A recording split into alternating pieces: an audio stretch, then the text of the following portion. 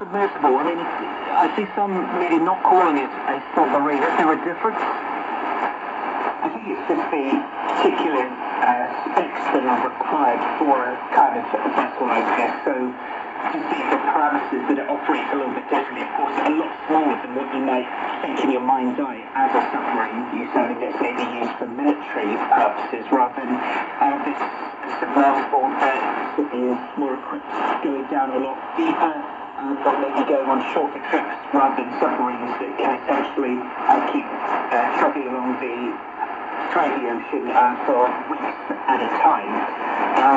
It's believed that this particular vessel is equipped to do a full dive, and if you take into account going down and going up to the wreckage, which is around 4,000 meters or over 12,000 feet below the surface of the ocean, it's a journey that takes about 8 hours. Well, hey, fantastic. Thank you for that update. That extraordinary story developing here. That is our New York correspondent, William Denslow, following developments. It is just gone 7:30. Well, coming up before 8 here on Morning Report, a Chinese migrant duped by immigration agents tells us that he's been living in a garage after his job disappeared. The Wellington City Council has been left red-faced after an error was found in the cost-benefit reporting for its speed reduction plan. It was hundreds of millions of dollars wrong. And we speak to a parent who might have to rethink her plans to put her child in early childhood education. Now, for the headlines, here's Nicola Rice. Witnesses to an attack by an ex-wielding man at 3 North Shore restaurants last night are describing the person who carried out the attack as being very calm. The 24-year-old man will appear in court today charged with wounding with intent to cause grievous bodily harm, and further charges are expected. 3 people are in hospital, 1 seriously injured. One witness says a man walked in with several weapons, including an axe and a pole wrapped in cloth. Another says she was sitting at a table with 2 friends when the violence started. She told RNZ one of her friends was hit in the head. The police are assuring the public it is an isolated incident. The Prime Minister wants the early childhood sector to be more transparent about charges after changes to the policy extending 20 hours per week of free education to cover 2-year-olds. Extension was included in this year's budget, but the early childhood sector lobby was quick to warn that forcing centres to accept enrolments for 20 hours only could mean some run at a loss. Chris Hopkins told Morning Report it would depend on individual centres as to how much they charge parents, but the government expects them to provide more details on how they break down those charges. Search and rescue officials are still to comment on efforts to find a submersible that's disappeared on a tourism expedition to explore the wreck of the Titanic. The US Coast Guard is leading the search for the craft operated by Ocean Gate Expeditions. It's not clear how many people are missing, although the submersible can carry up to 5 people. The expedition costs $250,000 per person. Perth's coach has played down the incident that led to the All Whites refusing to finish their friendly match over allegations of racial abuse towards defender Michael Boxall. New Zealand Football says that because no action was taken by match officials, the team decided not to come out for the second half. But Qatar coach Carlos Quadros says it was simply a matter between 2 players. That's the news. Now, the weather in the towns and cities today without service. Qatar has showers from around midday, maybe heavy and thundery, 17. Whangarei mainly fine, and then a few possibly heavy and thundery showers from late afternoon, 17. Auckland scattered showers, some heavy, becoming a few and far between this afternoon, 17. Hamilton chance of a shower, 16. Tauranga, Whakatane and Rotorua, showers may be heavy, 13 high for Rotorua, Tauranga and Whakatane, 16. Gisborne, the odd shower, 16. Napier and Hastings partly cloudy with some areas of morning fog, 16. Taupo, a shower or 2 this afternoon, 13. Haumarenui, morning fog and then the chance of a shower, 15. New Plymouth, a few showers, maybe heavy, 15.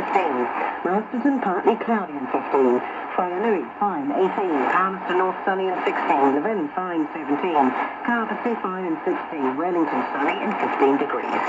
Blenheim, a few showers this morning, 15. Nelson, a few showers, more persistent from afternoon, 15. Westport, a few showers, mainly from afternoon, 16. Greymouth and Hawke's Bay, a bit of cloud today and shower or 2 this evening, 16. Kaikoura, sunny and 14. Christchurch, light rain, clears this morning, 13.